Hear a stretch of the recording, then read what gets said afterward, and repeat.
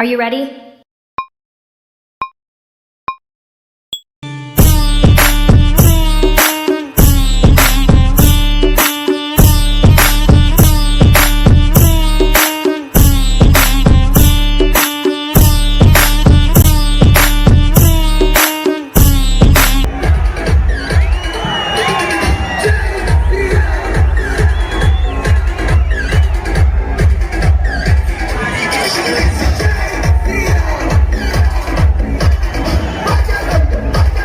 ಇವತ್ತು ರಾಮನ ಕುರಿತಂತೆ ಮಾತನಾಡಬೇಕು ಅಂತ.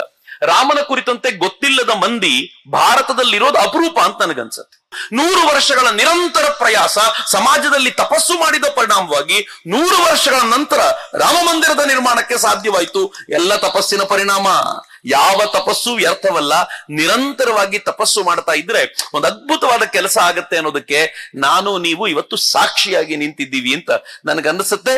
ಈ ಸಾಕ್ಷಿ ಭಾವ ನಮ್ಮ ಮುಂದಿನ ಪೀಳಿಗೆಯ ಮಕ್ಕಳಲ್ಲಿ ಕಾಣಿಸುತ್ತಲ್ಲ, ಆ ದಿನಕ್ಕೋಸ್ಕರ ಕಾತರದಿಂದ ನಾವೆಲ್ಲರೂ ಕಾಯ್ಬೇಕಾಗಿದೆ ಅಷ್ಟೇ. ಒಬ್ಬ ಮರ್ಯಾದಾ ಪುರುಷೋತ್ತಮನನ್ನ ಭಾರತ ಜಗತ್ತಿಗೆ ಕೊಟ್ಟಿತ್ತಲ್ಲ, ಆ ಕಾರಣಕ್ಕೋಸ್ಕರ ಬರಬೇಕು ಅಂತ. ಇದು ಭಾರತದ ವೈಭವ.